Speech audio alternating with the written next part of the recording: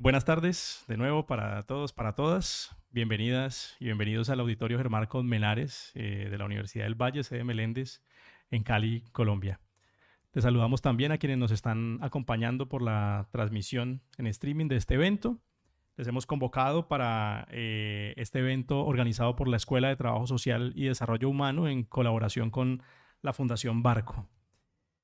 Nos encontramos aquí para discutir y escuchar alrededor de la conferencia Transformaciones y Experiencias de Vida de Mujeres y sus grupos familiares tras la desaparición forzada. Pero antes de ello, quiero pues darles la más cordial bienvenida a nuestra Escuela de Trabajo Social y Desarrollo Humano y en nombre de nuestros programas de posgrado, la maestría en Intervención Social y la especialización en Intervención Social Comunitaria, recibirles pues gratamente a quienes están en el Auditorio Germán Colmenares en la universidad y a quienes siguen esta transmisión por el canal de Escuela de Trabajo Social Univalle.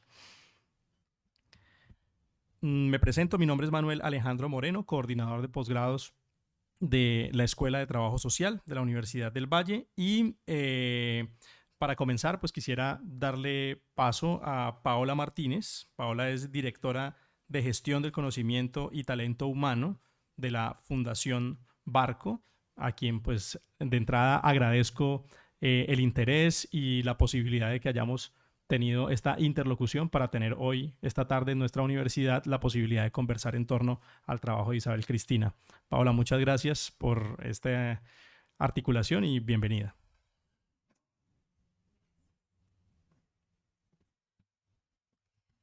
Gracias, buenas tardes.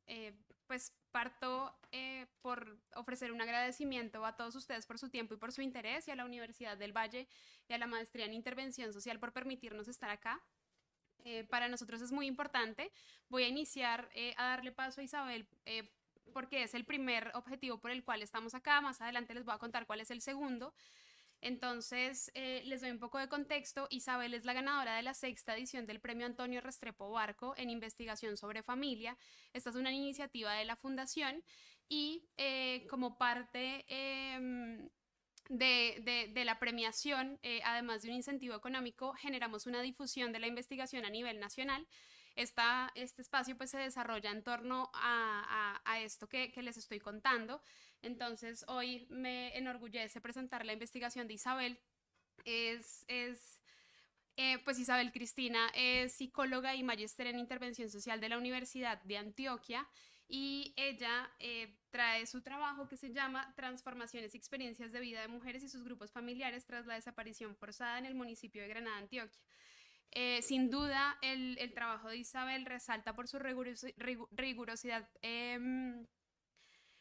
investigativa y aquí pues quiero resaltar que pues tiene una parte que muestra como tal todo el contexto y todas las consecuencias que existen a través de la desaparición forzada. Es una investigación muy bonita, ustedes lo van a poder ver. Y bueno, pues es un espacio que queremos aprovechar pues para generar conocimiento, para que ustedes participen, para que hagan parte para escuchar sus contribuciones.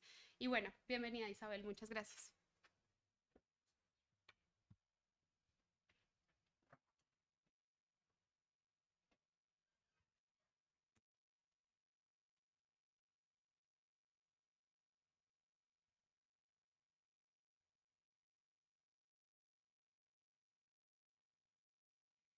Bueno, muy buenas tardes para todos y para todas. Un agradecimiento muy especial a la Universidad del Valle, a la Fundación Barco, que fueron quienes hicieron posible este espacio y que yo esté compartiendo aquí mi proceso de investigación.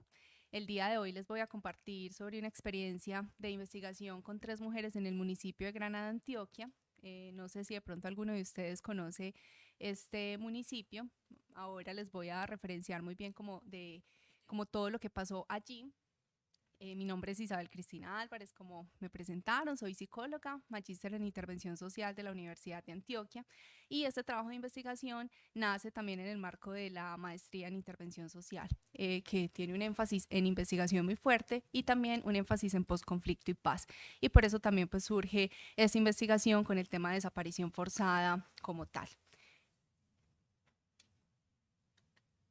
Antes de dar inicio a la presentación, les quiero compartir este cuento. Este es un cuento de Jairo Buitrago y es un cuento infantil que me gusta mucho y que narra también como toda la situación de violencia que hemos vivido en nuestro país, y se llama Camino a casa.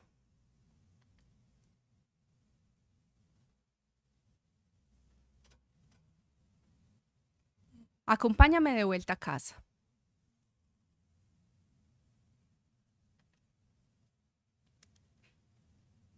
Para tener con quién hablar y no dormirme en el camino.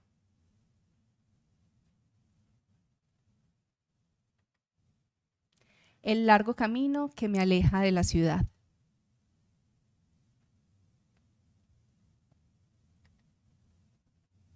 Vamos más rápido que todos.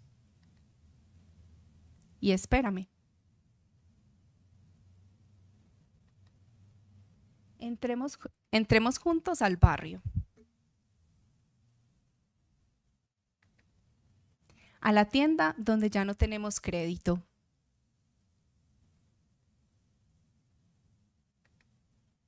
Come con nosotros. Y si quieres, espera a que mamá vuelva de la fábrica. Puedes irte de nuevo si quieres. Pero vuelve cuando te lo pida.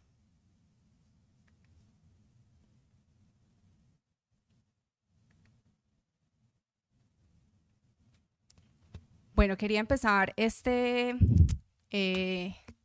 compartiéndoles este pequeño cuento. A mí los cuentos infantiles me gustan mucho y pues este en especial porque digamos que tiene una fuerte relación no solamente con el conflicto armado, sino también con la desaparición forzada, que es el tema principal del trabajo de investigación. Y así como en la literatura, también en la música, en el teatro, en la fotografía, se ha narrado el conflicto que hemos vivido. Algunas de las fotografías que van a acompañarle la presentación son de Jesús Abad Colorado, que es uno de estos fotógrafos que ha retratado con fuerza el conflicto que hemos vivido, y otras fotografías que hacen parte del archivo local del municipio de Granada. Como contexto inicial, estamos hablando de un conflicto armado que ha tenido una duración superior a 60 años. El Centro Nacional de Memoria Histórica es una de esas fuentes principales cuando hablamos de conflicto armado, porque tiene unos informes muy buenos en función de todo lo que ha ocurrido en nuestro país en los diferentes contextos. Incluso hizo un informe muy relevante del municipio de Granada, que también es un referente y significativo en la investigación, y el Centro Nacional de Memoria Histórica reporta aproximadamente 13 tipos de tipos de violencias que se vivieron en el país, entre ellos asesinatos, masacres, desaparición forzada, desplazamiento.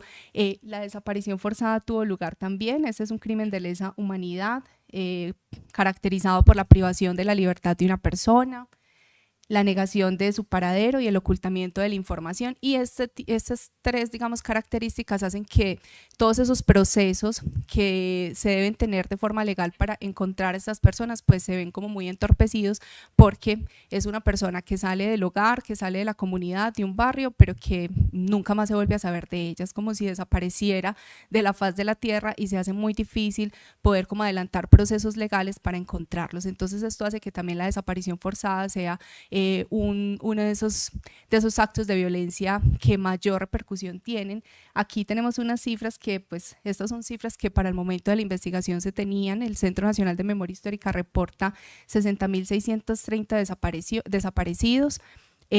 Hay otros estudios que también toman como referencia el Centro Nacional de Memoria Histórica, que hablan de 80.472. El informe de la Comisión de la Verdad nos entrega una cifra superior a 100.000. Esto pues nos habla como de muchas situaciones. En primer lugar, con la desaparición forzada ocurre algo, y es que es muy difícil también como cuantificar en temas de cifras como lo que ocurrió, porque en sus inicios no estaban como los casos de desaparición forzada se ubicaban dentro de secuestros, entonces no estaban como divididos estos dos tipos de violencia, y pues aquí también se da un subregistro por esta razón, y porque pues son muchas situaciones que incluso en algunas de las reflexiones que hemos tenido como en los espacios de conversación, pues acá hay cifras específicamente de las personas personas que son desaparecidas, pero pues las demás víctimas que están detrás de estos desaparecidos, pues dónde se encuentran, que serían sus familias o las personas más allegadas. Entonces el tema de cifras en el tema del conflicto armado siempre va a ser como un asunto complejo, pero estas son como algunas de las cifras que se tienen pues como con relación a esta situación. Esta es Granada. Acá pues traigo un mapita como para que se ubiquen un poco, no sé si ustedes conocen la región. Este municipio queda en el oriente antioqueño y es un municipio que vivió con gran intensidad la violencia. Granada tiene como muchas características que hicieron que los grupos armados tuvieran su participación y que tuvieran también un espacio muy propicio para permanecer en el municipio, y esto pues hizo que los grupos armados no estuvieran de paso, sino que se permanecieran en el municipio y tuvieran que convivir con la comunidad. Dentro de ellos está que es un municipio muy cerca a la autopista Medellín-Bogotá, también es un municipio que tiene unas altas zonas boscosas, fuentes hídricas que hacen que sea como un espacio muy ideal para las operaciones, para dirigir desde allí no solamente como el control del territorio en Granada, sino también del control del territorio aledaños al municipio. Durante los años 1980 y 2005 fueron los años de mayor intensidad en la violencia en Granada. A partir del 2005 hasta el 2007 se dio una disminución de la violencia, pero pues otros tipos de situaciones continuaron ocurriendo y pues en la actualidad también, pero con menor intensidad. Y Granada es un municipio que se reconoce como un municipio en resistencia y reconstrucción, y esto también pues les decía ahora que el Centro Nacional de Memoria Histórica hace un informe muy importante sobre el municipio donde recoge todo lo que se vivió allí y resalta que Granada no fue un municipio solamente donde se vio una afectación grande a nivel física y emocional, sino que también es un municipio donde la comunidad logró unirse y digamos que hizo una reconstrucción del municipio, no solamente desde la parte emocional, de los procesos de duelo, de todo el acompañamiento jurídico y psicológico, sino también de la infraestructura. Granada a partir de la guerra pues tuvo una destrucción casi que total y fue la misma comunidad quienes apoyaron en todo este proceso para su reconstrucción. Entonces este también es como un símbolo de Granada con relación al conflicto. Aquí les traigo como algunas cifras que reporta también el Centro Nacional de Memoria Histórica en su informe Granada, Memorias de Guerra, Resistencia y Reconstrucción.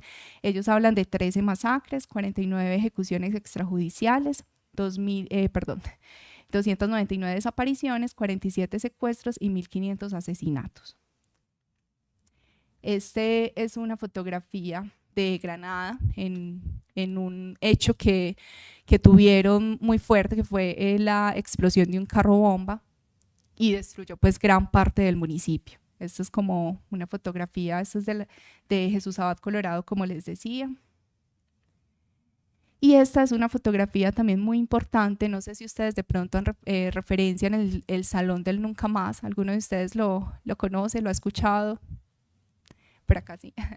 Bueno, el Salón del Nunca Más fue uno de esos espacios de memoria que con la comunidad se logró construir en el municipio. Este salón nace con la Asociación de Víctimas de Granada, ASOVIDA, y es un espacio para la memoria, es un espacio donde las personas tienen allí como la posibilidad de encontrarse con la historia de Granada, con eso que ocurrió allí, como con todo el impacto también de la violencia en este lugar. Y esta pared, cuando uno entra al salón, lo primero que se encuentra es esta pared, pues es un salón amplio, pero en el fondo está esta pared y este es unas fotografías de algunos, porque no están todos, las personas que fallecieron en las diferentes confrontaciones que se tuvieron en el municipio. Y esta pared pues digamos que tiene algo muy bonito. Las 3 mujeres que ahora se las voy a presentar nombraban que llegar a este lugar, pues ellas tuvieron sus hijos, sus esposos y un nieto desaparecido, llegar a este lugar para ellas significaba algo similar a cuando vamos a un cementerio, a un camposanto a visitar a nuestros seres queridos. Como ellas no tienen la oportunidad de ver a sus seres queridos, de saber qué pasó con ellos, llegar a este espacio para ellas tiene como una carga simbólica similar a visitar a nuestros seres queridos en el cementerio. Una de ellas incluso entregó la única fotografía que tenía de su esposo para tenerla aquí en el salón, y pues esto también para ellas es algo muy, muy significativo. Estas son las 3 mujeres que participaron de la investigación. Ellas son Rosa, Lirio y Dalia. Les voy a leer un pequeño fragmento como para que conozcan un poco como parte de su historia. La investigación tiene un capítulo dedicado a cada una, donde tiene una narrativa de muchas cosas, no solamente de lo que vivieron en temas de desaparición forzada y demás, sino de muchos otros asuntos de sus vidas. Entonces también, si tienen la oportunidad de leerlo, los invito y las invito a que lean específicamente este capítulo. Rosa, Lirio y Dalia son 3 mujeres que nacieron y crecieron en el municipio y fueron testigos de cómo poco a poco se perdía la seguridad en los lugares que habitaban, lo que les implicó aprender a vivir con la sombra de la violencia siguiendo sus pasos y sobrellevar el dolor de la pérdida de seres queridos, de sus hogares y de su calma. Rosa ha pasado 73 años de vida en el municipio de Granada. Nació y fue criada en el campo. Allí se casó, tuvo sus hijos y los vio crecer. Luego, a causa del conflicto armado, se vio obligada a desplazarse a la cabecera municipal, donde se radicó hasta el día de hoy. Rosa y su familia vivieron en la zona rural hasta el año 2004, un año que tienen presente en su memoria porque fue testigo de 3 eventos que marcaron su vida. La desaparición de uno de sus nietos en el mes de febrero, el asesinato de su hija en el mes de abril. Esa hija que fue asesinada es la madre del nieto que desapareció. Y el desplazamiento del campo al pueblo producto del temor que sintieron por los hechos anteriores. Rosa, a diferencia de otras madres y abuelas colombianas, puede contar una historia muy diferente, ya que ha logrado cerrar un ciclo del que otras personas no están siquiera cerca, poder encontrar el cuerpo y ofrecer los rituales de duelo a su familiar desaparecido. Lirio, de 54 años, nació en la vereda La Milagrosa. Allí creció al lado de sus padres y 9 hermanos. Se casó cuando tenía 14 años, matrimonio que recuerda con alegría y nostalgia a la vez. La desaparición de su esposo hace 30 años ha sido uno de los hechos más difíciles por los que ha tenido que pasar. Años más tarde, decidió desplazarse del campo a la cabecera municipal cuando le pidieron entregar a su primer hijo a los grupos guerrilleros para liberarse de amenazas que les habían hecho. Dalia, a sus 64 años de vida, Dalia, a sus 60 años, recuerda la vida en la vereda donde creció, su pueblo, su infancia, la familia y la vida de casada y el nacimiento de sus hijos. También recuerda los momentos más difíciles que ha experimentado en su vida. Cuando enterró a su hija asesinada, la desaparición de 3 hijos, un proceso de reconocimiento que hasta el día de hoy no ha tenido efecto y el desplazamiento. Todas estas pérdidas guardan un dolor diferente. Estas son las 3 mujeres que participaron del estudio. Acá rápidamente la pregunta de investigación que guió el estudio: cómo se transforman las mujeres y sus grupos familiares tras la desaparición forzada de uno o varios de sus integrantes en el municipio de Granada, Antioquia. Los objetivos, el objetivo general, comprender las transformaciones que se dan en las mujeres y sus grupos familiares tras la desaparición forzada de uno o varios de sus integrantes en el municipio de Granada, Antioquia, como insumo para la generación de lineamientos de acompañamiento psicosocial. Este último punto tiene que ver con el último capítulo de la investigación. Los objetivos específicos: reconocer las transformaciones en las relaciones familiares, identificar recursos y capacidades de respuesta de las familias afectadas y generar lineamientos de intervención a partir del enfoque psicosocial para el acompañamiento a poblaciones víctimas del conflicto.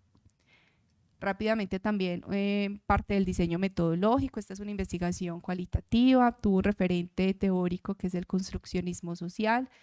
Dentro de los referentes conceptuales está la desaparición forzada en Colombia, la familia rural, la mujer rural y el acompañamiento psicosocial. Trabajamos con la metodología, con la estrategia metodológica desde la narrativa, el enfoque metodológico es la fenomenología y dentro de las técnicas de generación de información pues se utilizaron diferentes técnicas que permitieran precisamente recoger como esos relatos y esas historias a partir del escrito, de lecturas, de conversaciones, de grupos focales, del dibujo. Y a partir de aquí entonces voy a contarles como parte de los hallazgos que se tuvieron dentro de la investigación. Esta primera parte es experiencias de vida de las mujeres y sus grupos familiares. Acá inicialmente pues como contextualizar, nosotros partimos de una idea de familia que nombra que la familia es una institución social que está conformada por personas que comparten vínculos de parentesco, ya sea de forma biológica, por afinidad o adopción. La familia pues se considera un referente para la transmisión de valores, para la identidad y la interacción social. La familia se adapta al momento histórico en el que vive y esto también la permite entenderla como una construcción social, y es que si el momento histórico cambia, pues la familia también tiene que cambiar y adaptarse en el medio. Y la identidad y la individualidad como dos elementos que han marcado las transformaciones en la familia. Y digamos que acá pues se hace muy importante como estos dos elementos porque nos hablan precisamente que el grupo familiar pues no se reconoce ya solamente como grupo, sino también como individuos, y que cada uno tiene también como unos proyectos, unas proyecciones dentro de la familia, y pues muchas veces se nombra o se ha nombrado la familia como si estuviera en una crisis, precisamente porque se han dado muchos movimientos de tipos de familia, de tipos de convivencia, de tipos de relación, y pues lo que nombran las autoras es que la familia como tal no está en una crisis, sino que lo que cambia o lo que se está preguntando ahora, el concepto de familia, es la nuclearización como un único referente posible. Las mujeres de este estudio entonces, digamos que para su época tenían unas condiciones en sus relaciones familiares, pues vivían con integrantes muy numerosos, había una figura de poder que estaba especialmente puesta en la figura masculina, padres, el padre o sus esposos. Ellas estaban muy al cuidado del hogar, ¿cierto? En funciones de cuidado del hogar, de los niños, de los hermanos incluso. Cuando ellas se casan, llegan a una cierta edad, se casan y conforman unos hogares muy similares, con una dinámica muy similar, pero con la llegada de la violencia, pues esta dinámica empieza a cambiar. Y ellas, que venían como en una función muy de el cuidado del hogar, empiezan a asumir otras funciones que para su época, digamos que no era como lo que se esperaba como tal. Hace un momento hablábamos que la familia entonces, cuando el contexto cambia, pues también tiene que transformarse, y pues cuando llega la violencia y la familia tiene que estar en este contexto, pues las obliga a encontrar formas de sobrevivir. En el caso de estas tres mujeres, encontramos dos formas, digamos, de sobrevivir a la guerra que encontraron ellas y sus grupos familiares. Uno de ellos es vivir en medio de la violencia.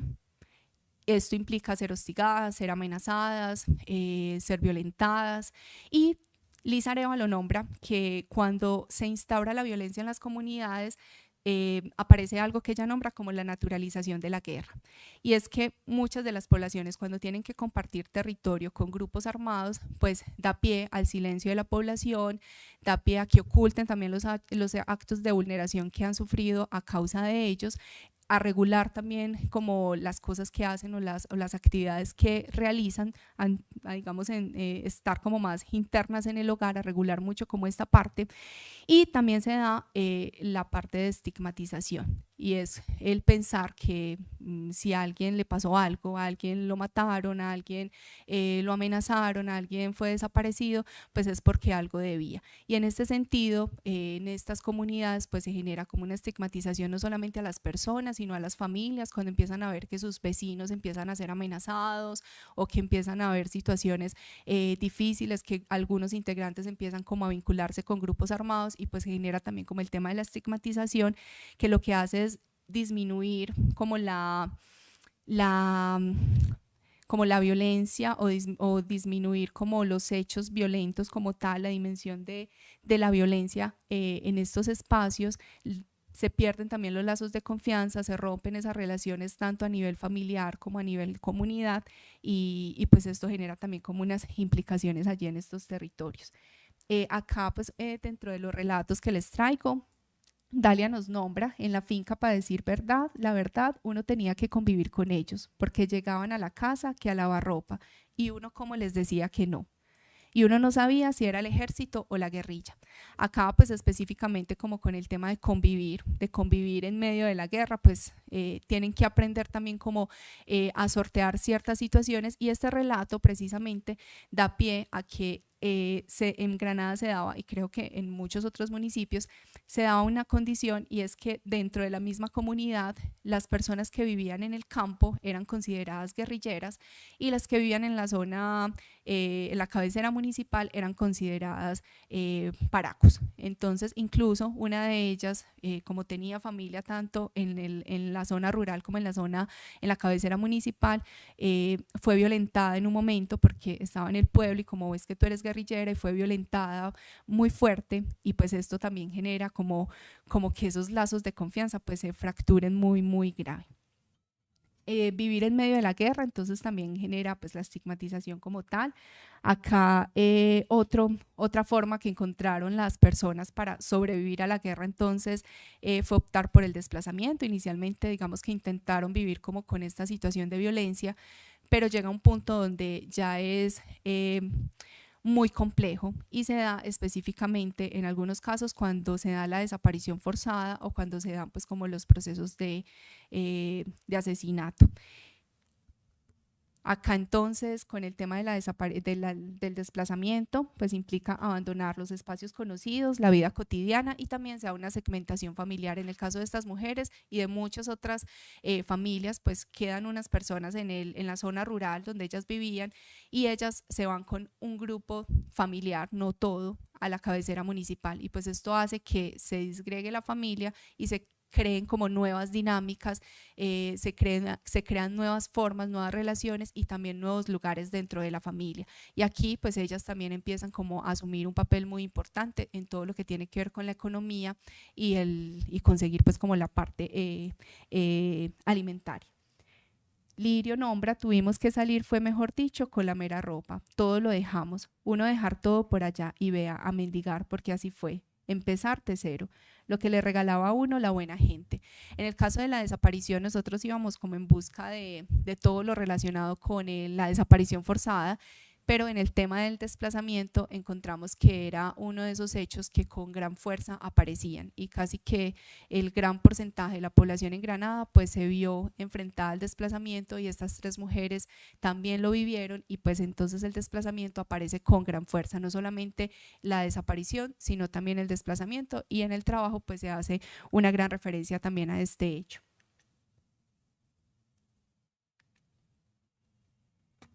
Con relación a la mujer rural en el contexto de guerra, entonces, como les nombraba, encontramos las mujeres muy asociadas al cuidado del hogar, de los hijos, de la alimentación. Ellas también, digamos que apoyaban en la parte económica, pero lo hacían más dentro del hogar, vendían productos campesinos como panela o huevos, cuidaban animales, cuidaban huertas caseras, digamos que también apoyaban la parte económica, pero dentro del hogar, en el espacio íntimo, que esto posibilitaba no descuidar las demás funciones que tenían en el hogar. En el caso de los hombres, pues ellos trabajaban la tierra, estaban a cargo del trabajo de fuerza, de la economía, y pues lo hacían fuera del hogar, y esto hace que los hombres en contextos de violencia pues sean mucho más vulnerables a los hechos violentos, y así pues se considera a los hombres como el blanco predilecto, ya sea como combatientes o como personas que fallecen en la guerra. Y en este sentido pues los hombres en términos de estadísticas es en mayor porcentaje las muertes en hombres que en mujeres. Digamos que a las mujeres las protege un poco el tema de estar en el espacio íntimo, pero esto les genera a ellas como ese tema ya de la sobrecarga. Cuando ya no están esas personas, los esposos, los hijos, que eran encargados también de la economía en gran medida, pues ellas quedan con toda esa sobrecarga, no solamente por la ausencia y todo lo que esto a nivel emocional les genera, sino también porque tienen que encontrar formas de sobrevivir, ¿cierto? De economía, de alimentación, no solamente para ellos, sino también para sus hijos. Y en este sentido, entonces ellas asumen actividades para generar ingresos, continúan con el cuidado de la familia, es algo que no van a descuidar, y toman la decisión del desplazamiento de lo rural a lo urbano. Lirio nos nombra, como yo tenía al muchachito ya más o menos, entonces ya me dijeron, si no lo lleva para la cuestión de la guerrilla, que es que entonces nos abriéramos. Prefiero más bien irme, mejor dicho, estar en la calle, que yo entregar a mi niño para eso. Me vine más bien. Imagínese que al otro día, cuando yo me vine, fueron a visitar la casa a ver si yo ya me había venido para acá. En el caso de Lirio, ella vivía con su esposo, 2 hijos. Cuando pidieron a su hijo para ser parte de las filas de los grupos guerrilleros, ella decidió irse con sus 2 hijos y el esposo se quedó en este lugar. Lirio fue la persona que vivió la desaparición de su esposo. Este esposo del que les estoy hablando es el segundo esposo. Sobre la desaparición forzada, entonces, encontramos una ambivalencia entre la vida y la muerte. Acá las personas que tienen seres desaparecidos en su familia o cercanos, pues están en una ambivalencia precisamente entre esos 2 lugares, si está con vida o si está muerto, y cada una de esas 2 opciones, pues tiene también unas implicaciones. Si está con vida, pues están preocupados por las necesidades que puedan estar pasando, pero digamos que con la idea de que estén muertos se sufre pues por cómo fueron los hechos, y también empieza a aparecer la pregunta por el cuerpo y la sepultura, que hace parte también de nuestros rituales a nivel cultural de despedida, de honrar a los muertos, que tiene una carga simbólica muy importante a nivel cultural y que para ellas se hace muy importante. Estas 3 mujeres son mujeres, aparte pues son muy religiosas, entonces ellas quedan como con esta deuda de orden simbólico frente a las personas que no están. Y también pues la desaparición frente a otros tipos de violencia empieza a aparecer. Acá pues con relación al duelo, ellas vivieron el asesinato de sus hijas, la desaparición forzada, pues ellas nombran que si bien es muy doloroso vivir la muerte de una hija que sea asesinada, para ellas digamos que es un poco más tranquilo, a pesar del sufrimiento que esto genera, puede generar también un poco de tranquilidad porque logran cumplir como con estos rituales que les demandan la parte religiosa, y es tener a sus hijas enterradas en el cementerio del municipio, poder hacer como todo ese ritual que para temas de duelo se hace tan significativo en comparación a la desaparición forzada, donde hay una dificultad de poder definir el lugar del otro, ¿cierto? Si vivo, si muerto. Entonces esa ambivalencia está ahí presente, y pues la imposibilidad de poder como ofrecer esos rituales. En el municipio pues se lograron dar y se han logrado dar todavía unos procesos simbólicos muy importantes que para ellas han sido significativos. Sin embargo, la pregunta sigue allí presente constantemente. Acá algunos relatos. Dalia nombra: para una madre es muy difícil la incertidumbre, llega o no llega. A donde estarán tendrán hambre, tendrán frío. Lirio nos nombra: siempre es muy duro saber que matan a un ser querido, pero uno saber que está desaparecido, siempre es mejor que se lo dejen a uno cerquita para darle cristiana sepultura. Y con relación a Rosa, yo les había dicho que Rosa había tenido la posibilidad de encontrar a su nieto desaparecido, y ella nombra lo siguiente: se confundió el dolor con la alegría, al fin, hasta aquí llegó el dolor. Se sabe que el niño está muerto, pero por lo menos lo vamos a tener en el pueblo. Ya sabemos que no está desaparecido. Ya se acabó la espera. Acá, por ejemplo, dentro de las conclusiones finales, pues también con mi asesora, pues como que nombrábamos la importancia de poder como también generar procesos de investigación frente a estos procesos de duelo cuando se logran encontrar los restos de las personas que desaparecen, que también tienen una connotación muy diferente, y que en el caso de Rosa pues encontrábamos como no fue como uno de los focos, igual pues logramos como conocer un poco su experiencia, y pues nombraba que si bien es una alegría, como ella lo nombra, es una tranquilidad, ese proceso para ella es como cerrar un ciclo, esa pregunta por cómo ocurrieron los hechos, por el por qué él, además porque era un niño, él tenía como 14 años más o menos, incluso la historia de él para ella es un poco difícil contarla porque nombraba que estaba recibiendo unas amenazas él y uno de sus amigos, y le pidió a ella que lo ayudara económicamente para incluso venirse a Cali. Era Cali donde iba a venir con su amigo porque tenían un familiar acá. Y ellos empezaron a trabajar muy fuerte, iban a vender panela para que él pudiera conseguir los pasajes para venir acá. Y una semana antes, ella dice, una semana antes lo matan. Y pues lo matan, lo desaparecen. Entonces queda ahí como la duda. Entonces es como la impotencia de te estaba ayudando para que pudiera salir del lugar donde estaba recibiendo amenazas, pero no llegamos a tiempo. Con relación al duelo, entonces acá encontramos como aspectos muy similares a lo anterior. La desaparición forzada, primero, no es lo único por lo que han pasado. Yo les decía hace un momento que íbamos como en busca de esos relatos sobre desaparición, pero encontramos que en contextos de conflicto, pues la desaparición forzada no es lo único a lo que se enfrentan las personas o las familias.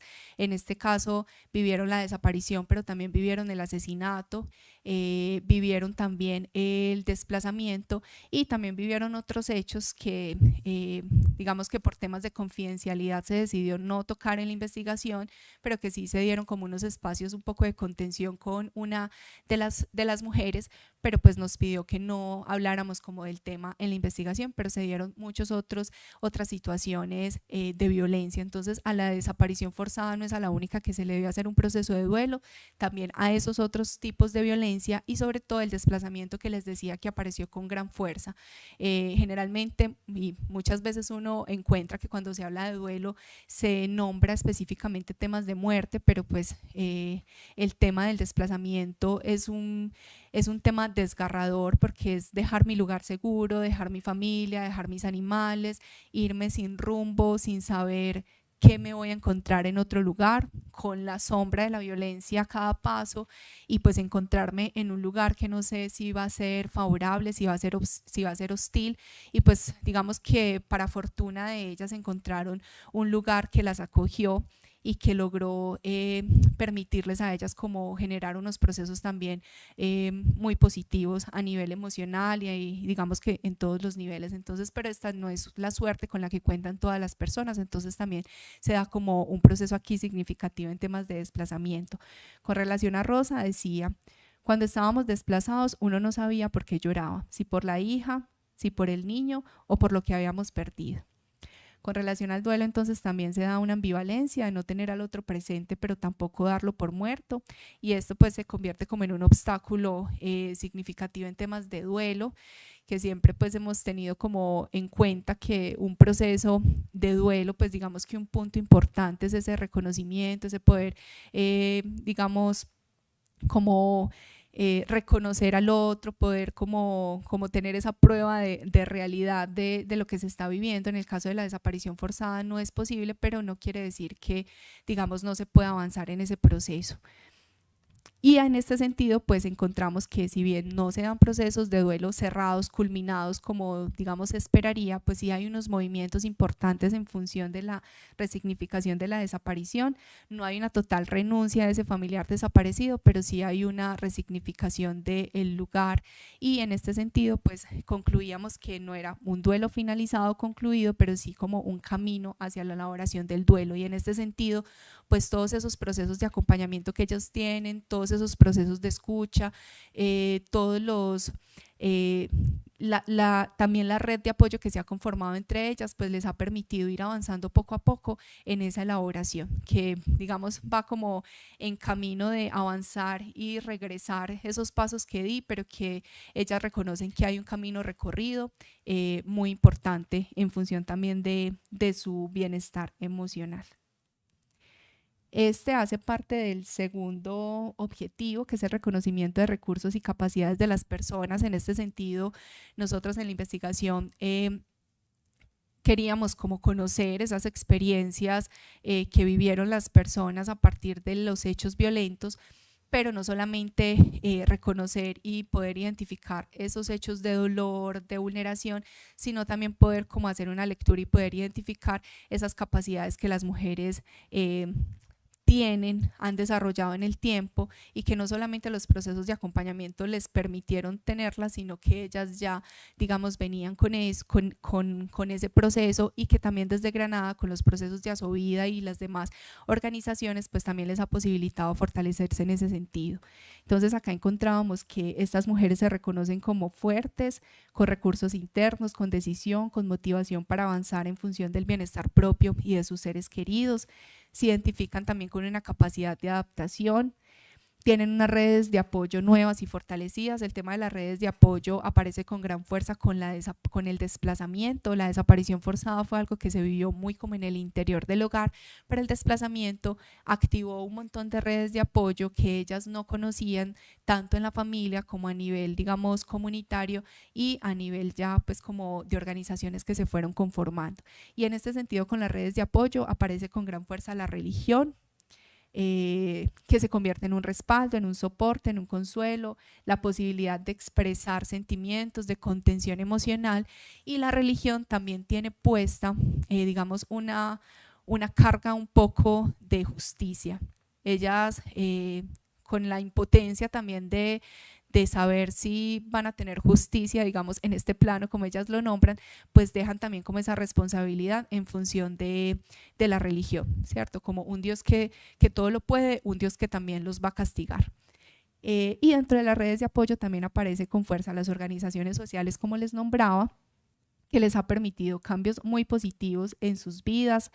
Es un lugar de escucha, de confianza, es un lugar de confidencialidad, de consejo, y donde han logrado compartir el dolor y donde ellas también han logrado ser parte activa.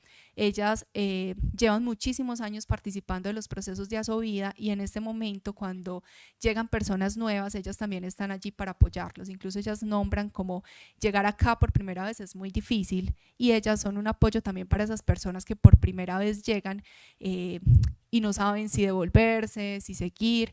Incluso acá pues quisiera contarles, nosotros hicimos la investigación con estas 3 mujeres, pero la idea era hacerla con 5, por temas de pandemia pues fue un poco, tuvimos que cambiar pues un poco como esta dinámica, y hubo una 4ª mujer con la que tuvimos un acercamiento, con la cual decidimos no trabajar el proceso, porque era el primer encuentro que ella tenía con cualquier persona, no solamente profesional. O sea, ella en la vida había hablado del proceso de desaparición, ni siquiera con su familia, y tuvimos un espacio como de escucha que en la parte final les voy a nombrar de qué se trata. Tuvimos un primer encuentro donde pues la idea era contarle qué se iba a hacer y también como que pudiera como decidir si estaba de acuerdo en participar o no. Ella finalmente dijo que sí, pero digamos que por su movimiento emocional decidimos que no. Y acá encontramos una gran diferencia entre estas 3 mujeres que participaron finalmente del proceso con esta 4ª mujer, porque se nota un cambio muy grande, ¿cierto? Se nota una diferencia muy marcada, y ellas, estas 3 mujeres, nombran que esos cambios precisamente se dieron como a estos procesos que se tuvieron en Granada. Ellas nombraban como: lo que yo les estoy contando antes, hace muchos años, era muy difícil contárselo. Yo aquí lo cuento muy tranquila, pero antes era imposible no contarlo con lágrimas, no contarlo con una carga emocional muy grande. Entonces también ellas reconocen que el lugar de Granada les ha permitido también poder hablar de estas historias de una forma muy diferente, con una carga emotiva mucho más diferente. Y también pues tienen una gran capacidad de reflexionar y tomar posiciones críticas.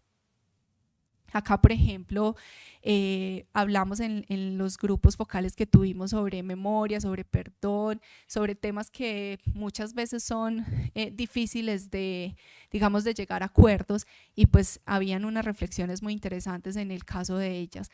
Rosa, por ejemplo, nombraba que una vecina fue a la casa a decirle que habían matado al hombre que posiblemente estaba vinculado con la desaparición de su nieto, y la vecina le decía: pero no te vas a alegrar por eso.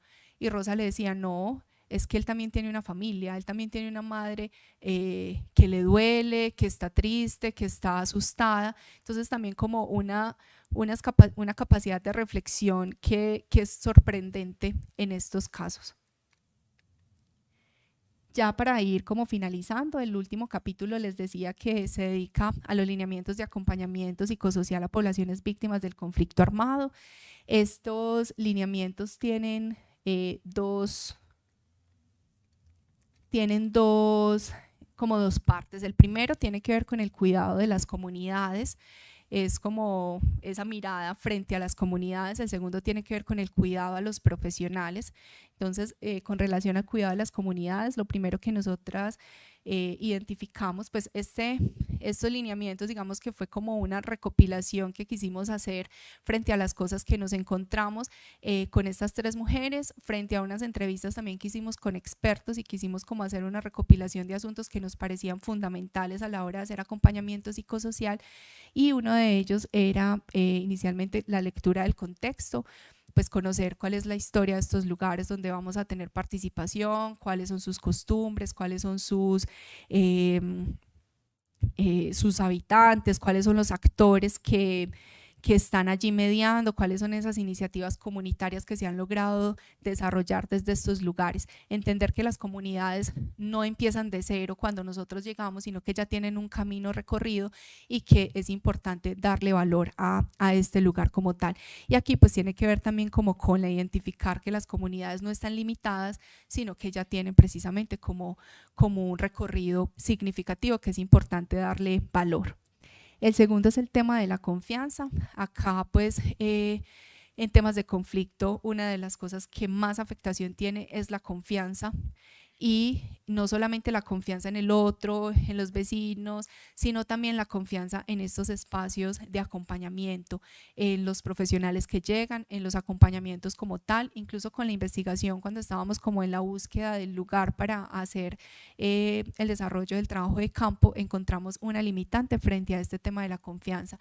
Las comunidades nos decían en algunos casos como no, es que acá han venido a hacer muchos estudios, muchas investigaciones, pero ni siquiera vienen a decirnos cómo les fue, qué encontraron, no, vienen, nos roban información y nunca más vuelven. Entonces para nosotras era muy importante que en el tema de lineamientos de acompañamiento psicosocial, pues este tema de la confianza apareciera con gran fuerza, y que podamos también, y que fue algo como que nosotras, yo siempre hablo en plural porque siempre nombro acá a mi asesora, nosotras siempre teníamos muy claro que antes de empezar el trabajo de campo íbamos a generar unos espacios de, digamos, de generación de confianza, conocernos con ellas, que me conocieran a mí, que conocieran cómo se iba a hacer el proceso. Tuvimos más o menos 3 encuentros con cada una antes de empezar en sí las entrevistas, empezar a grabar, como que ellas pudieran sentirse un poco más cercas, que reconocieran quiénes éramos nosotras, pues todos los actores como involucrados en la investigación, no solamente como desde la parte académica o del interés académico, sino también como desde esa parte humana. Tuvimos estos espacios y pues quisimos también que en los lineamientos pues fuera como un punto importante, generar espacios de confianza con las comunidades para que ellas también tengan una mayor apertura cuando llegamos. En esa les había dicho que íbamos a trabajar con 5 mujeres, la cuarta ya les dije por qué no trabajamos con ella, pero la quinta empezó la pandemia y no habíamos hecho este proceso, entonces decidimos ni siquiera llamarla porque era muy difícil por teléfono, porque también con ellas encontramos una limitante en temas de contacto, y llamar a una persona por teléfono con la que ni siquiera había podido como tener interacción así fuera una sola vez para decirle bien, soy yo, quiero hacer esta investigación, pues como que no queríamos hacerlo de esta forma, y por eso decidimos trabajar solamente con las 3 personas que habíamos generado como este vínculo inicial. Esa mujer no es solo la mamá de un desaparecido, tiene que ver con cómo estamos los profesionales reconociendo las comunidades. Tiene que ver con que las comunidades no tienen una vida más allá del hecho victimizante, más allá de sus historias de dolor, más allá del daño. También tienen estas 3 mujeres son madres, son abuelas, son parte de una comunidad activa, entonces reconocerlas también como en esas diferentes facetas y no solamente como en esas historias de dolor como tal. Acá una de las expertas que entrevistamos nos decía: las hace sentir a ellas, las hace sentir que ellas como personas son invisibles, que lo único que es visible en ellos es el hecho victimizante, porque solo preguntan por el desaparecido, por cómo ha sido, pero pocas veces preguntan por otras dimensiones. Entonces acá también pues nos parecía muy importante que pudiera estar esta parte de cómo estamos reconociéndolos a ellos, y que también en cómo estamos reconociendo pues también tiene una incidencia muy grande en cómo va a ser nuestro proceso de investigación. Darle valor a las iniciativas comunitarias y organizaciones de víctimas, que tiene que ver mucho también con la primera parte de leer el contexto, al reconocer que estas personas ya tienen un camino recorrido, que estos lugares en los que estamos participando ya tienen unas acciones que son importantes, que han tenido un impacto positivo en las comunidades, pues poderlas reconocer y poder como generar también desde nuestra participación en estas comunidades fortalecer esos procesos que ya tienen, porque muchas veces vamos con procesos nuevos que son muy relacionados con los que ya tienen, y los profesionales llegan en un momento y luego se van y esos procesos se pierden. Pero si, digamos, sumamos fuerzas para fortalecer eso que las comunidades ya tienen, o poder identificar qué falta, qué les interesa a ellos, pues poder como proyectarnos y trabajar conjuntamente va a permitir que cuando nosotros ya no estemos, pues dejemos como esa capacidad instalada, o que esas cosas que nosotros propusimos no se vayan a perder. Prepararse para lo inesperado, estamos hablando de historias de dolor, situaciones muy difíciles, y acá pues es muy importante que podamos tener como esa preparación, no solamente a nivel académico y emocional, sino también saber si ese sí es nuestro lugar, si esas sí son las historias que queremos acompañar, si esas son las historias que nos movilizan, porque muchas veces no lo es, y pues lo que hacemos es generar como un daño mayor en las comunidades. Y que las acciones no revictimicen, que tiene que ver con la perspectiva de acción sin daño, que es reconocer también a las comunidades como no como carentes, sino que tienen unas fortalezas grandes que han logrado como llevar a partir de su experiencia, y también pues como que todo nuestro apoyo vaya en vía de fortalecer y no de, digamos, afectar más a las comunidades. Y la segunda parte del tema de acompañamiento psicosocial es el cuidado de los equipos de trabajo. Acá entonces estos títulos, olvidé decirles, fueron tomados como de las entrevistas tanto que tuvimos con las expertas como con estas 3 mujeres, y pues como unos títulos muy disidentes que nos permitieron como ir desarrollando los temas. Uno de esos, de la parte pues como del cuidado de los equipos de trabajo, es no todos somos místicos, no todos hacemos mandalas, que tiene que ver también con reconocer cómo son nuestras metodologías, dónde somos fuertes, desde dónde nos podemos parar con mayor fortaleza, porque pues no tenemos que ir a repetir lo que otro profesional hace, sino que también tenemos unas fortalezas que pueden llegar a generar beneficios en las comunidades, y también tener en cuenta cuáles son esas motivaciones de las comunidades y las necesidades reales, para poder que nuestras metodologías, que ojalá sean flexibles también y que puedan moverse en la medida que sea necesario, también lo podamos pues como tener allí. El adentro siempre se nos olvida, que tiene que ver también como con la carga emocional que generan estas historias de dolor. Acá pues se puede generar una afectación muy grande, no solamente a nivel emocional, sino a nivel físico, y tiene que ver precisamente con el cuidado que nosotros tenemos frente a esto que puede pasarnos en temas de desgaste emocional, y no solamente como tener como unos espacios de contención, sino también con esas prácticas saludables que tenemos, el tema de la alimentación, de la actividad física, de poder tener unos espacios de escucha con los compañeros, digamos, de trabajo, con estos equipos de trabajo, poder tener como formas diferentes de contención frente a lo que nos vayamos como encontrando. Y finalmente esas cosas bonitas que la gente da, y es pues finalmente como darle valor precisamente a esas cosas bonitas que las personas ofrecen desde sus capacidades, que dan valor precisamente a lo que hacemos y al acompañamiento que estamos ofreciendo. Para cerrar, este es un pequeño texto de Laura Restrepo de La multitud errante. ¿Cómo puedo yo decirle que nunca la va a encontrar si ha gastado la vida buscándola? Me ha dicho que le duele el aire, que la sangre quema sus venas y que su cama es de alfileres, porque perdió a la mujer que ama en alguna de las vueltas del camino y no hay mapa que le diga dónde hallarla. La busca por la corteza de la geografía, sin concederse un minuto de perdón ni de tregua, y sin darse cuenta de que no es afuera donde está, sino que la lleva adentro, metida en su fiebre, presente en los objetos que toca, asomada a los ojos de cada desconocido que se le acerca. Esto era lo que les quería compartir. Tengo otro, pero lo vamos a ver desde allí. Allá también hay. Ok. Esto era lo que les quería compartir el día de hoy. Los invito y las invito a que busquen la investigación. Es una investigación muy bella y tiene este capítulo o esta parte que les estamos mostrando. Es una pequeña cartilla que construimos con la ayuda de un diseñador de la ciudad muy cercano. Y esta fue la cartilla que les entregamos a las 3 mujeres como en la devolución un poco del proceso. Pues al Salón del Nunca Más les entregamos la investigación completa, también la cartilla, pero a ellas solamente les entregamos la cartilla. Queríamos entregar, como en algún momento dijimos, les vamos a entregar la investigación, pero decidimos entregarles la cartilla porque ella contiene los 3 relatos de cada una de ellas. Entonces era como, nos parecía como muy simbólico, como nos entregaron sus historias, pues nosotros también se las devolvemos. Entonces este es un fanzine que creamos, es el segundo capítulo de la investigación, lo puedes ir bajando, y contiene las 3 historias de Rosa, Lirio y Dalia.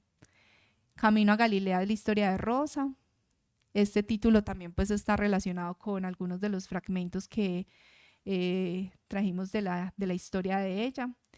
El de Lirio, digamos en el otro, en un valle de lágrimas, esta es la historia de Lirio, y con el luto en el corazón es la historia de Dalia. Esta es una cartillita entonces que les quería también como compartir para que la visualizaran. Y bueno, aquí termino. Muchísimas gracias por la atención.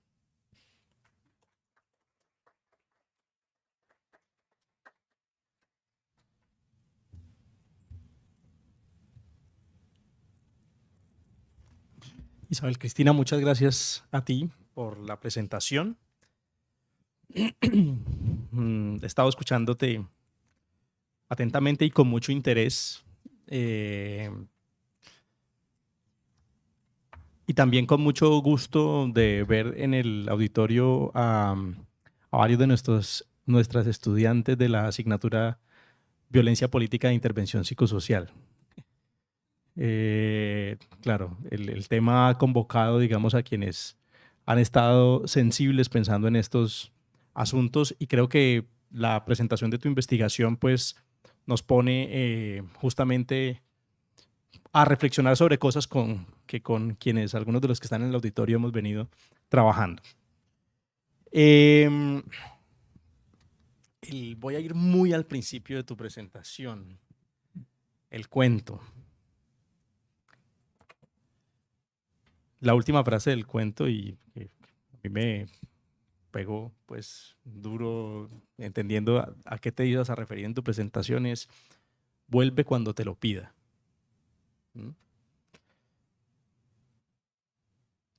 Decinos algo del cuento.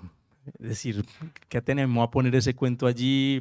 Los cuentos infantiles, claro, son dejan muchas cosas abiertas y son para conversarlas, ¿no? Con los niños, Decinos algo del cuento. ¿Qué te llevó a poner ese cuento allí? ¿Qué te agarró del cuento?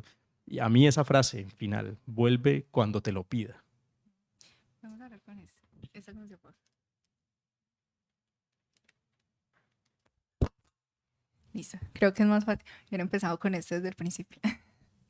Bueno, no, para mí, como les decía, los cuentos infantiles también tienen un valor muy importante. Yo ahora hablaba con el profe, yo soy promotora de salud en temas de salud mental, con el programa de salud de la Universidad de Antioquia, trabajo con diferentes tipos de público, y en los encuentros grupales siempre hay un cuento infantil.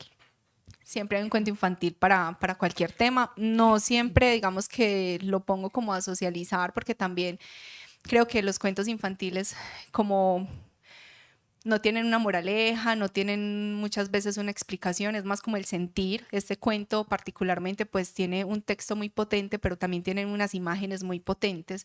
El cuento solamente con las imágenes se puede se puede contar. Y esa última parte de vuelve cuando te lo pida, pues es también como, en mi modo de ver, como el recuerdo, ¿cierto? Como la memoria, como una persona que siempre está allí, que siempre está presente, que puedo tener una vida en mi cotidianidad, pero que ese recuerdo siempre va a estar allí, siempre va a estar presente, y pues traerlo es también como traer esa persona de vuelta, traer esos recuerdos, esas cosas bonitas que vivimos, ese compartir, y creo que tiene pues como sentido en ese lugar.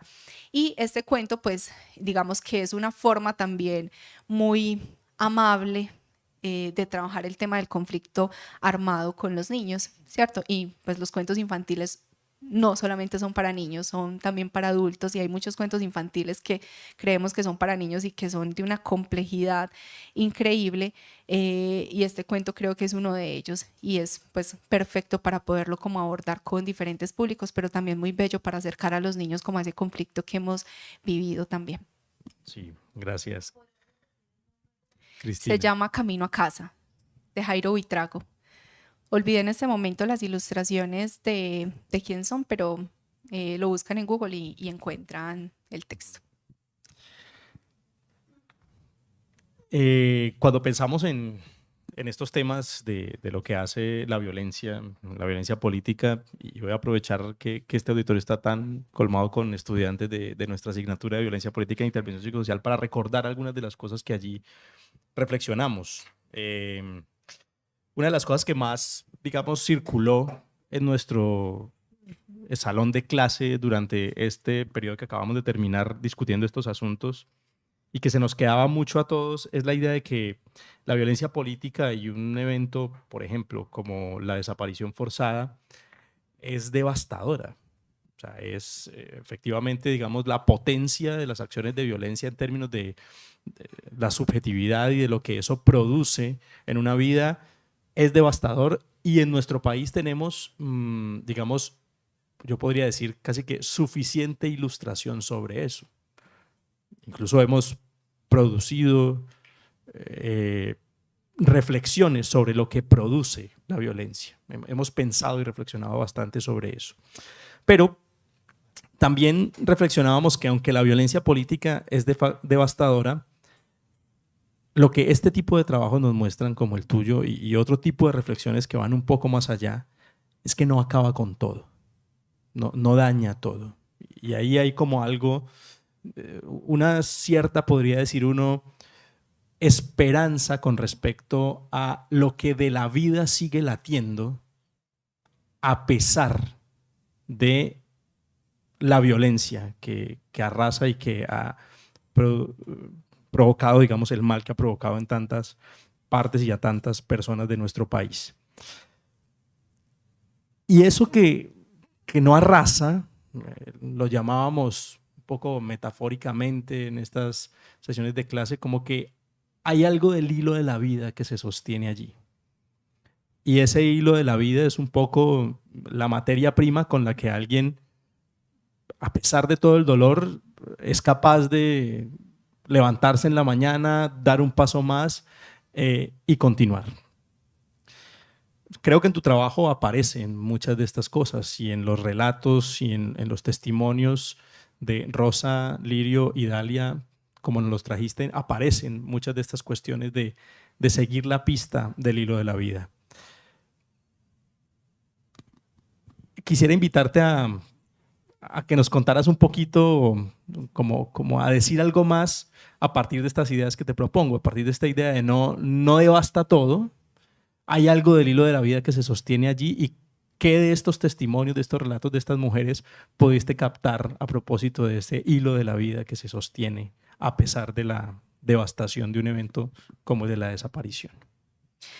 Empezaste hablando del tema del conflicto armado en nuestro país, y al inicio les hablaba de unas cifras que pues son como cifras diferentes. Ahora simplemente les hablé de 3 cifras diferentes, ¿cierto? Que nos hablan también como de un subregistro, de una dificultad también de cuantificar, y que digamos, yo lo pongo como en síntesis, que más allá de la cifra que tengamos, la menor incluso, en comparación a otros lugares de Latinoamérica que también vivieron un conflicto, es muchísimo mayor. ¿cierto? Por ejemplo, en el caso de Argentina, los casos en temas estadísticos, Colombia sobrepasa todas las estadísticas posibles y pues eso hace que como país pues tengamos una violencia muy diciente y que muchas veces la vemos como muy desde afuera. Creo que logramos verla desde adentro y sensibilizarnos un poco cuando estamos como en estos procesos, cuando escuchamos una historia de dolor. Muchas veces solo nos quedamos con la historia en la noticia, pero pasamos página y nos volvemos también como sociedad muy indolentes, como si eso no nos hubiera pasado. Y pues esta afectación no es solamente a nivel familia, comunidad, Granada, sino que es también a nivel de país. Eso por una parte. Con el tema del hilo de la vida,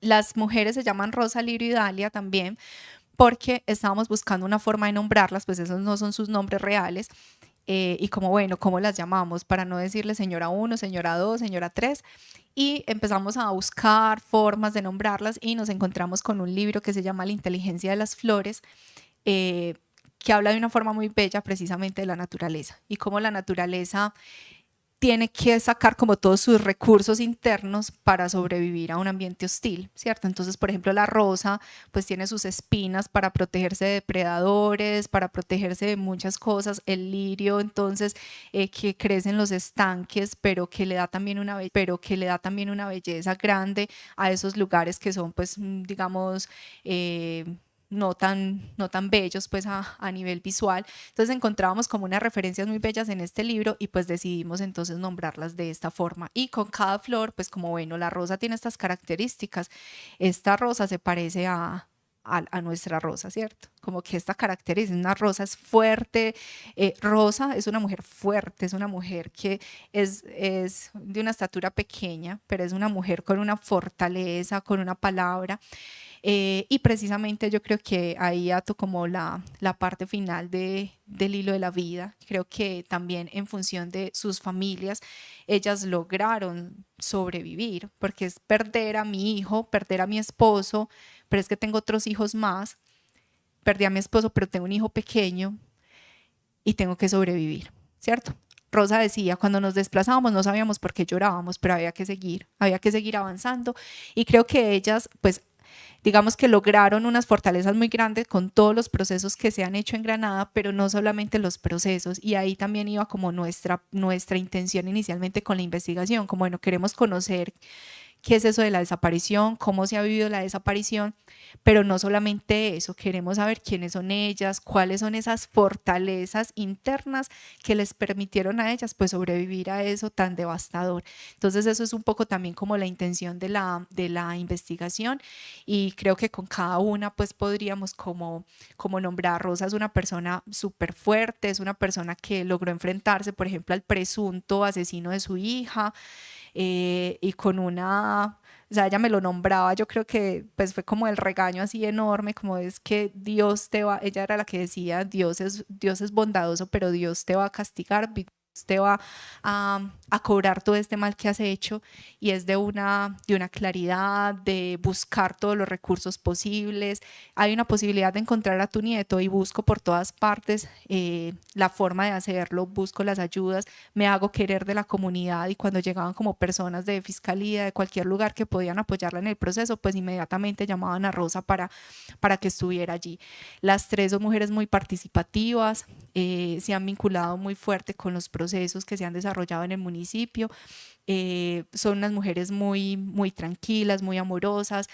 No, creo que tienen unas fortalezas muy grandes y que su motor principal ha sido también como esa parte de sus otros integrantes. En el caso de Lirio, ella perdió su esposo, quedó con su hijo ya es adulto, tiene un nieto, y en este momento, digamos que ella lo nombra, mi motor de vida en este momento es mi nieto, porque ella vive con él y es la que lo cuida finalmente, y es como el que le ha permitido como seguir adelante. Entonces es como esas otras personas que están al lado, que son importantes, que son seres significativos, que les permiten a ellas como seguir enfrentando la vida, a pesar de esas adversidades que se han encontrado.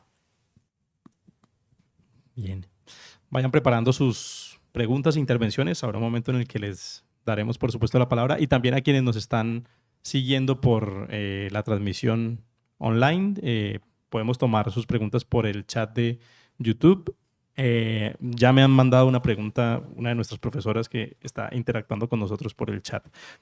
Em, Fuiste contestando varias de las preguntas que yo me iba haciendo en el camino, las fuiste contestando en la presentación. Una presentación, por lo demás, muy, muy amable y que da cuenta de una investigación pues muy bien llevada y que, por supuesto, por eso ha sido pues galardonada con la sexta edición del premio de la Fundación, del Premio Antonio Restrepo Barco. Voy a hacerte una más. Yo me preguntaba cuando llegaste al punto de la relación que habías tenido con las personas que dieron el testimonio, con Rosa, Lirio y Dalia.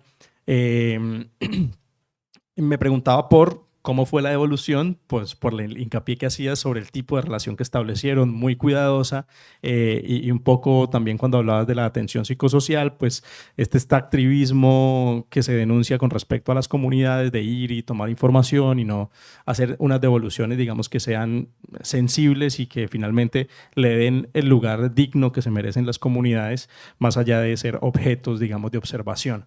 Y entonces nos muestras esta belleza de fanzine con los testimonios que sirvió como para esa interlocución y esa devolución. Mi pregunta es, ¿qué dijeron las mujeres de esto y cómo agarraron este producto literario que fue la devolución de sus testimonios? Sí, con relación a, digamos, al acercamiento que tuvimos con ellas, inicialmente estuvimos interactuando con las mujeres de Asovida. Ellas fueron las primeras personas como a las que llegábamos, les contamos el propósito y ellas nos contactaron inicialmente con estas tres mujeres. Tuvimos unos espacios con ellas individuales y también unos espacios como colectivos. Granada tiene unos espacios muy bonitos allá, incluso hay un lugar que se llama el Café de la Memoria, allá también estuvimos como con ellas y también pues hace parte como de esos procesos comunitarios que se han dado en el municipio. Y ya pues en la parte de devoluciones, pues como les decía, estábamos buscando como la forma de devolverles lo que ellas nos entregaron y decidimos hacer el fanzine. El fanzine pues en ese momento obviamente no lo pudieron leer, tuvimos como una conversación entre las tres de cómo fue el proceso, como aspectos pues como generales que quería como contarles, también invitarlas a si estaban pues como interesadas en leer el estudio completo que iba a estar en el Salón del Nunca Más y les entregamos el fanzine. En unas llamadas posteriores, pues me decían como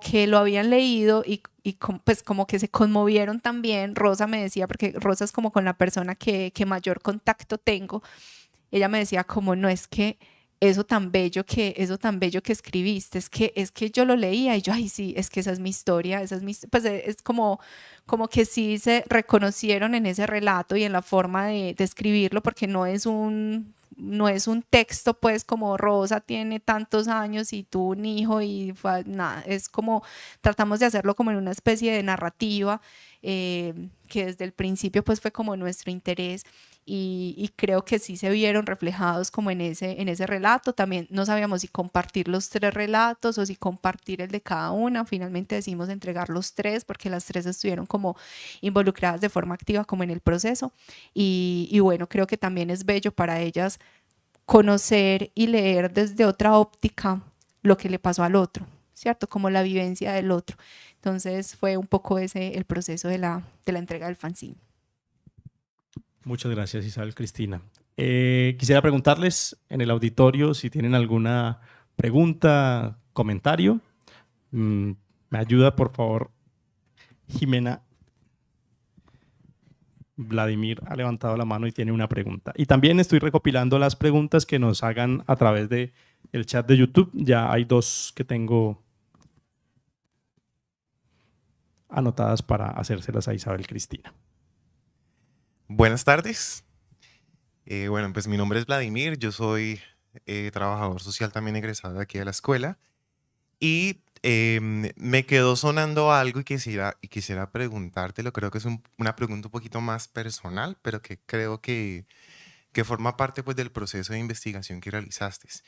Tú nos hablaste sobre las transformaciones en la vida de las mujeres, pero algo que la experiencia también me ha permitido conocer es que cuando uno también lleva a cabo procesos de intervención con población víctima del conflicto armado, también algo pasa en quien interviene.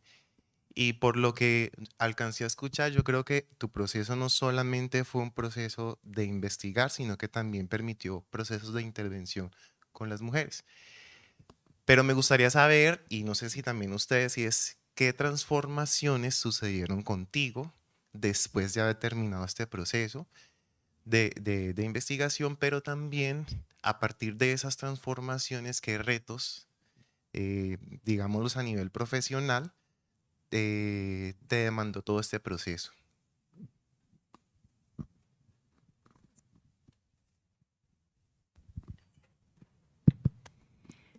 Bueno, yo creo que la principal transformación que tuve con el proceso fue la parte de la sensibilidad, lo que les nombraba ahorita. Hay una violencia que hemos vivido como país, pero que muchas veces la vemos muy lejana, como de afuera, ¿cierto? Como en una perspectiva diferente, y poder como acercarme un poco a ella, pues es como en mí se genera una sensibilidad mayor frente a los procesos que estamos viviendo también en temas de conflicto, ¿cierto? Y como todo lo que desde allí se desencadena. El tema como tal, digamos que no es como, no llega como por azar. En mi familia pues tenemos un primo desaparecido, pues es una familia, es una tía cercana, pues el grupo familiar de ella es cercana, pero de alguna forma aún en mi familia se ve muy lejano también, ¿cierto? Como que reconocemos el dolor de la familia, de mi tía, de mis primos, él lleva desaparecido, no sé, 30 años y todavía celebran sus cumpleaños y todavía lo esperan. Entonces son como unas experiencias que son muy cercanas, pero que así sean cercanas siguen siendo como muy lejanas. Entonces para mí este proceso y los espacios que compartí con Rosa, Lirio y Dalia permitieron eso, como que pudiera ser mucho más sensible.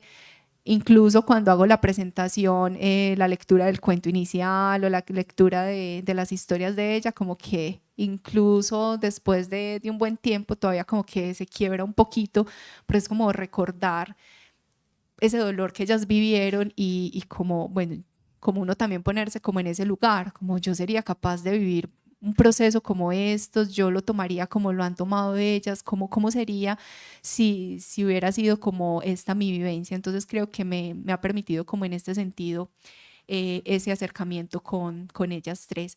Con relación a como esa parte profesional, pues yo trabajo hace mucho tiempo con el programa de salud, como les decía, en temas de promoción y prevención. Cuando elegí la maestría, pues me interesaba mucho el tema de intervención social, incluso me demoré mucho en empezar la maestría porque en la ciudad no había una maestría relacionada con este tema, fue la primera cohorte y cuando abrió inmediatamente ingresé y cuando cuando vi que tenía el énfasis en posconflicto y paz, recordé la historia con mi familia y la desaparición forzada de mi primo y ese fue el tema inmediato que yo elegí. Y digamos que también el proceso de la maestría, del trabajo de campo, pues he logrado como tener un acercamiento mucho mayor con el conflicto armado, un interés mucho mayor. Digamos que a nivel profesional me veo trabajando como en estos escenarios, ¿cierto?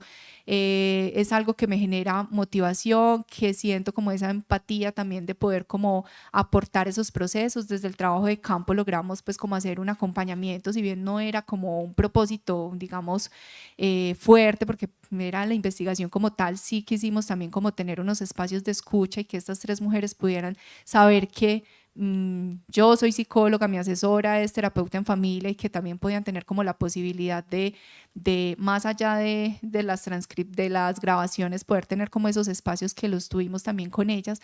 Fue algo también que creo que puedo aportar muchísimo en ese aspecto, como en las comunidades que han sufrido como con la violencia. Entonces creo que desde allí parte también como ese asunto como de retos más a futuro o mediano plazo tal vez. Bien, voy a intercalar con las preguntas que nos están enviando quienes están siguiendo la transmisión por YouTube. La profesora Solanger López, colega de la Escuela de Trabajo Social y Desarrollo Humano, está siguiendo el evento y nos ha enviado una pregunta, voy a leerla textualmente. Dice, la desaparición forzada ha sido trabajada mayormente desde el campo jurídico, como un delito o una violación a los derechos humanos. Desde su experiencia en la investigación, ¿cuáles cree que son los aportes en la comprensión del fenómeno de la desaparición forzada en nuestro país? ¿Cuáles son las aristas o los campos que emergen para comprender este hecho victimizante del conflicto armado? Con el tema de la desaparición, les nombraba ahora que también en temas, digamos, de cifras, fue muy difícil como poder establecer una cifra, digamos, concreta, tal vez sea diferente con otros tipos de violencia, porque inicialmente hacía parte como de, o se juntaba con todo lo que tenía que ver con secuestro, no estaba dividida. Entonces todos los casos de desaparición pues asumían que era como casos de secuestro y se iban para esas cifras de allá. Y también pues precisamente el lograr que se haga una separación, ahí también es importante nombrar que fue gracias a las víctimas de desaparición que lograron que se pudiera separar la desaparición forzada del secuestro. Entonces eso también pues es como algo muy importante, que es un trabajo también que se ha logrado desarrollar desde las personas que han vivido como estos hechos, porque encontraban una gran diferencia, ¿cierto? Y con relación a la desaparición, pues este es un hecho que genera una intimidación, es uno de esos hechos que, digamos, se mantiene en el tiempo porque logra generar un terror tan grande que permite una mayor forma de regulación o de control de la comunidad, ¿cierto? Una persona que desaparece de su espacio cotidiano, una persona que nunca volvemos a saber de ella y que cuando esto se vuelve un poco más sistémico, pues genera en las comunidades tanto terror que digamos que el propósito se logra, ¿cierto? De intimidación y de control territorial. Creo que ese es como uno de esos grandes características de la desaparición en función de por qué aparece la desaparición como en contextos de violencia. Bien, volvamos al auditorio. ¿Alguien tiene algún comentario o pregunta? Diana.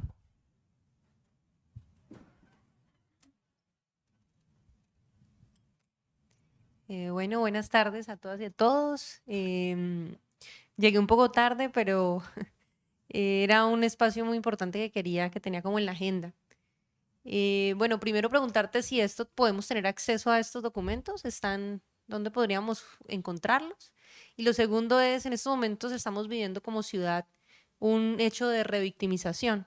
Mucha población víctima del conflicto armado asentada en la zona del corregimiento de Navarro, fueron desalojadas sin, digamos, un proceso que pudiera cuidar. Existe una sentencia, la SU, no tengo el número exacto, que protege a las víctimas del conflicto armado por desplazamiento cuando llegan a otro espacio y van a ser desalojadas del territorio, se debe generar una acción puntual con ellas para que no vuelvan a ser revictimizadas. En estos momentos, la alcaldía de Cali ha revictimizado a esas personas. Nosotros como organización lideramos uno de los albergues que creamos, digamos, a la fuerza, haciendo primero un espacio de toma de una institución educativa muy cerca al lugar, la institución educativa Nuevo Latir. Después de estar 28 días en el suelo y sosteniendo como organización, digamos, las necesidades básicas de casi 160 personas, logramos que por fin se generara otro albergue temporal. En estos momentos las personas llevan allí ya 3 meses y esta alcaldía no ha generado acciones puntuales.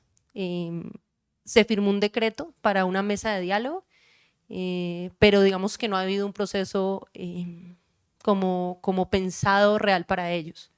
Yo estudié psicología, hice la maestría en intervención social acá.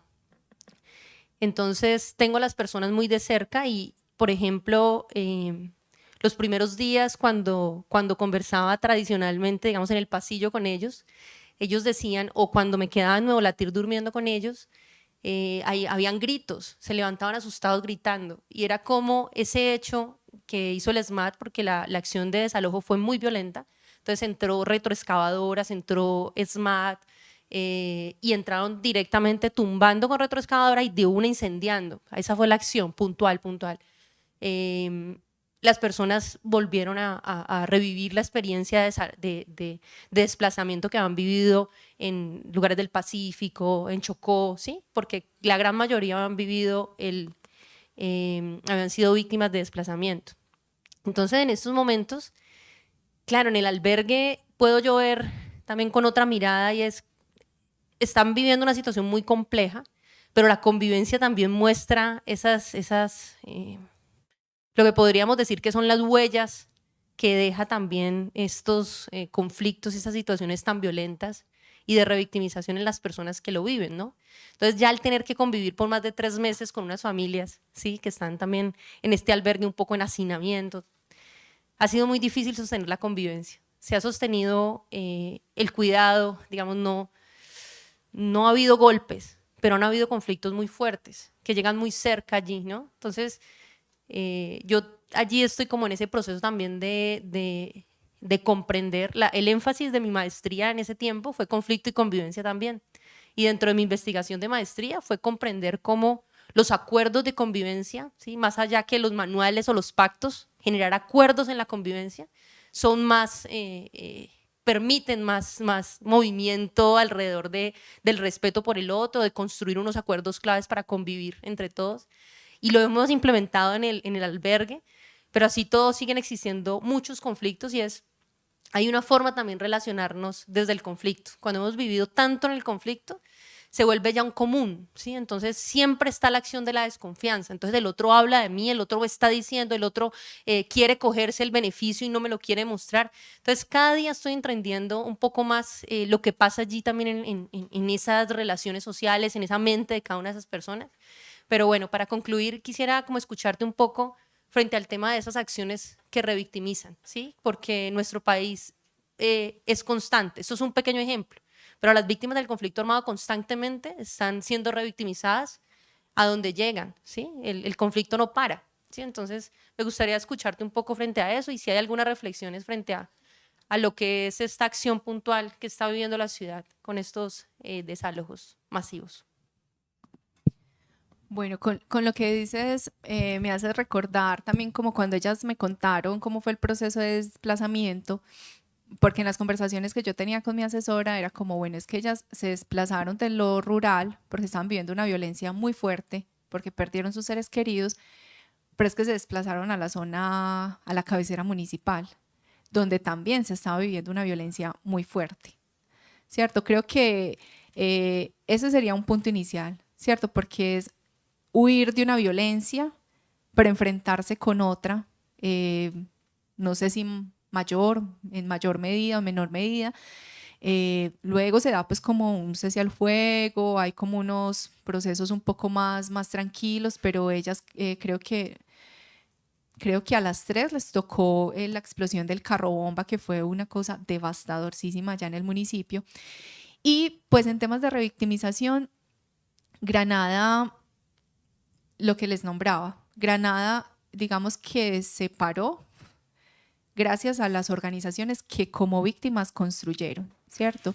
Tempranamente, y no alcancé a hacer muchas cosas que quería con ellos. Pero más allá de eso, creo que si mi marido hubiese seguido vivo, yo no hubiese sido capaz de fundar una ONG y de proponerme la tarea de, como mujer, ver más allá yo que tenía. Y cuando tú encuentras esa serie de respuestas, tú finalmente te quedas como ¿dónde queda la teoría, cierto? ¿Dónde se queda el piso de la teoría frente a tantas cosas y frente a la realidad misma? Y uno dice, bueno, entonces, Betty, tú te volviste lideresa. Y entonces, ¿eso en qué momento de tu vida empezó a suceder? O sea, ¿cómo llegaste allí?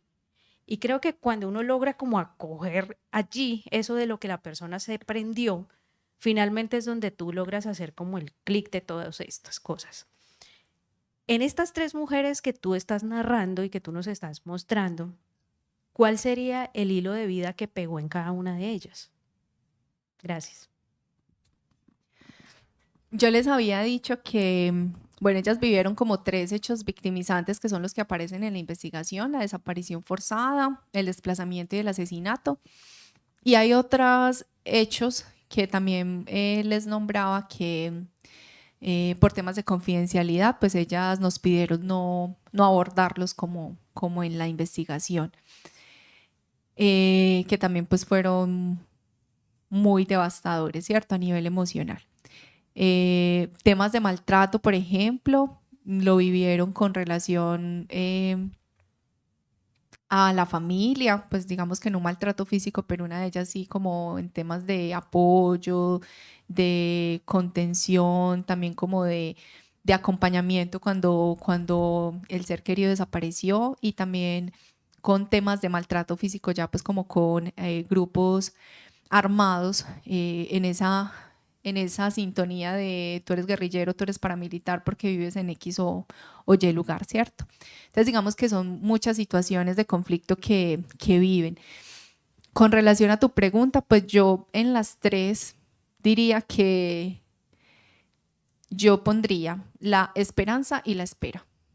O sea, ellas siguen esperando. Y creo que esa espera también las ha anclado un poco a la vida, ¿cierto? En ese tema de desaparición, creo que la espera es un punto que está allí latente, y también pues ese asunto de la esperanza, creo que se darían con fuerza esos dos lugares. Cada una también pues tiene muchísimos otros pues que en este momento pues se me ocurren esos dos, pero creo que serían como algo que las une a las tres. Gracias, Isabel. Finalizamos con tu intervención, Sara, y volvemos a Cristina para darle paso a Paola Martínez de la Fundación. Listo. Hola, buenas tardes. Bueno, yo me estaba pensando aquí en términos de los aportes de tu proyecto de investigación a estos principios de verdad, justicia, reparación y no repetición, ¿sí? Entonces, te quería preguntar si tú de pronto lograste identificar como qué motivaciones encontraron estas mujeres para acceder a participar en ese proyecto de investigación.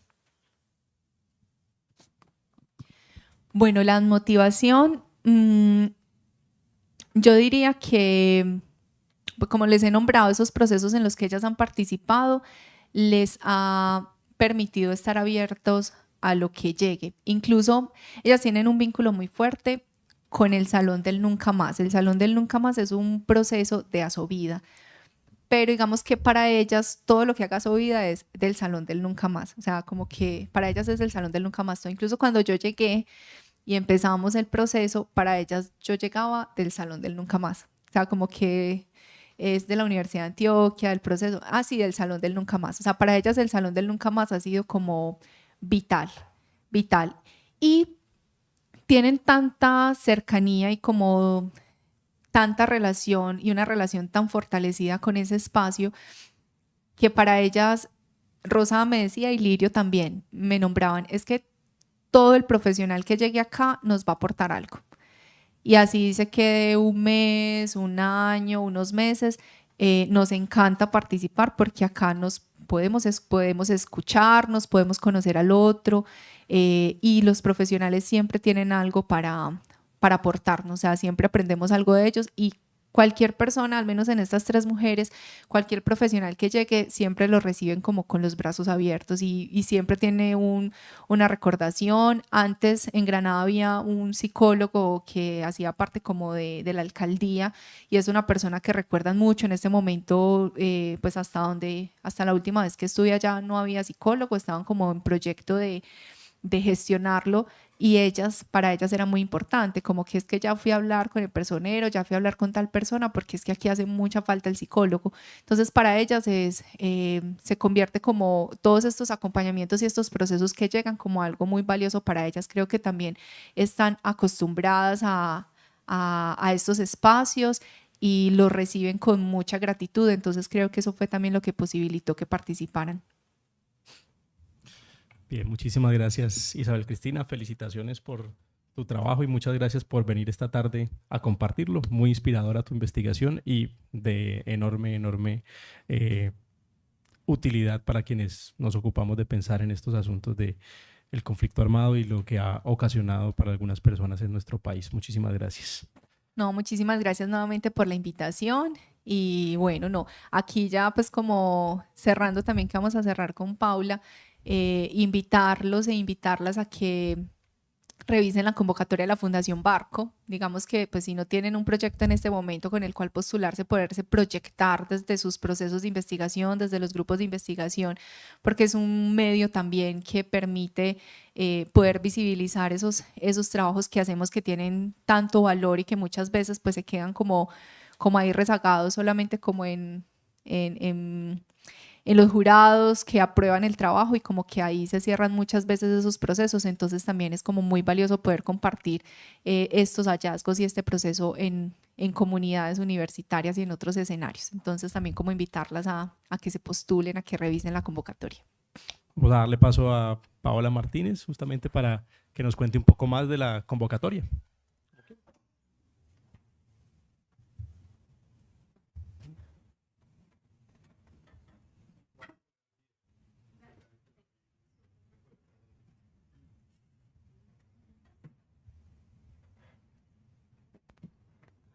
Bueno, pues quiero inicialmente aprovechar el espacio para agradecerle a Isabel. Esta es pues nuestra última cátedra, así la llamamos en la fundación, cátedra itinerante. Y en todas las universidades nos han recibido muy bien, estamos muy contentos de todas las intervenciones que hemos tenido. Han sido espacios para construir. Desde la fundación estamos muy contentos con todo lo que se da. Y y nos llevamos la satisfacción de cumplir con lo que tiene como objetivo el premio y es generar conocimiento que nos ayude a abordar las principales problemáticas que tienen las familias de nuestro país. Y esto para nosotros tiene muchísimo peso porque la familia es el eje principal desde el cual pues hemos venido construyendo generación tras generación lo que somos.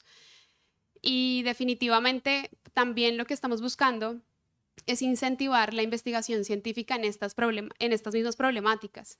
Entonces, es maravilloso ver cómo la investigación de Isabel pues, se vuelve puente para que, pues, más allá de pronto cumplir con un requisito de la universidad, pues haya bastante peso y profundice y genere conciencia y queramos ir más allá con estas investigaciones.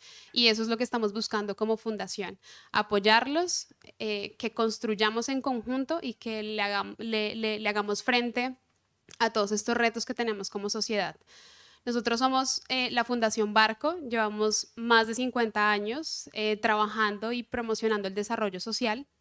Lo hacemos desde diferentes frentes que están enfocados en la educación y estamos convencidos plenamente de que es la herramienta que nos va a ayudar a aportar en la transformación social de Colombia.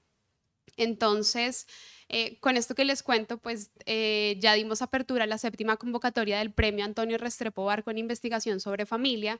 Está abierta y va hasta el 28 de febrero. Ustedes van a poder encontrar toda la información en www.fundacionbarco. Uy, se me pasa, espérenme. Antes de que... Listo. .org. Y pues les cuento, hemos recibido más de 190 trabajos. Lo que estamos buscando pues nos ha dado pie para tener el mejor equipo de jurados, para que igual todos los parámetros pues busquen resaltar las mejores investigaciones que se dan alrededor de la familia. Y bueno, pues ha sido una trayectoria larga. Como les cuento, esta es la 7ª edición. Ha traído muchos frutos para nosotros y esperamos tener una activa participación de la Universidad del Valle. Cualquier duda igual pues lo van a poder ver en la página y les vamos a mostrar un videito pues para que vean todos los requisitos y el paso a paso de la presentación.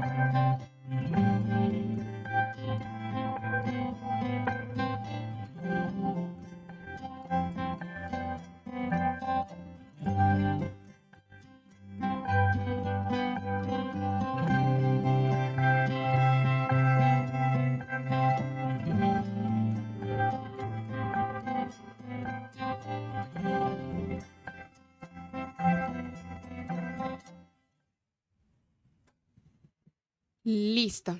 Eso es lo que traíamos para terminar. Muchas gracias, Manuel, por ayudarnos a tener este espacio. Y a Isa, de nuevo, reiterarle el agradecimiento desde la Fundación. Y a ustedes, pues bienvenidos para que nos ayuden, si no han terminado sus investigaciones, a ser portavoces de esta convocatoria. Y los esperamos cuando ya culminen su investigación. Gracias. Muchas gracias, Paola. Muchas gracias, Isabel, Cristina.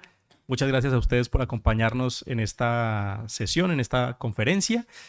Muchas gracias a las personas que han seguido la transmisión a través del canal de YouTube. También quedará allí alojada en el canal de Trabajo Social Univalle, para que por favor también nos ayuden a difundirla. Se puede ver en diferido para que las personas puedan tener pues también acceso a este tipo de eventos. Y estén atentos y atentas a nuestros canales de comunicación y de difusión.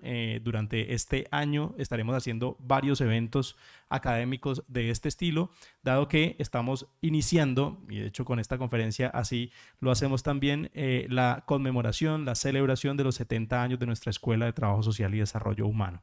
Así que estaremos haciendo varios eventos alrededor de los temas que nos interesan, el trabajo social y la intervención social. Muchísimas gracias por acompañarnos. Hasta pronto.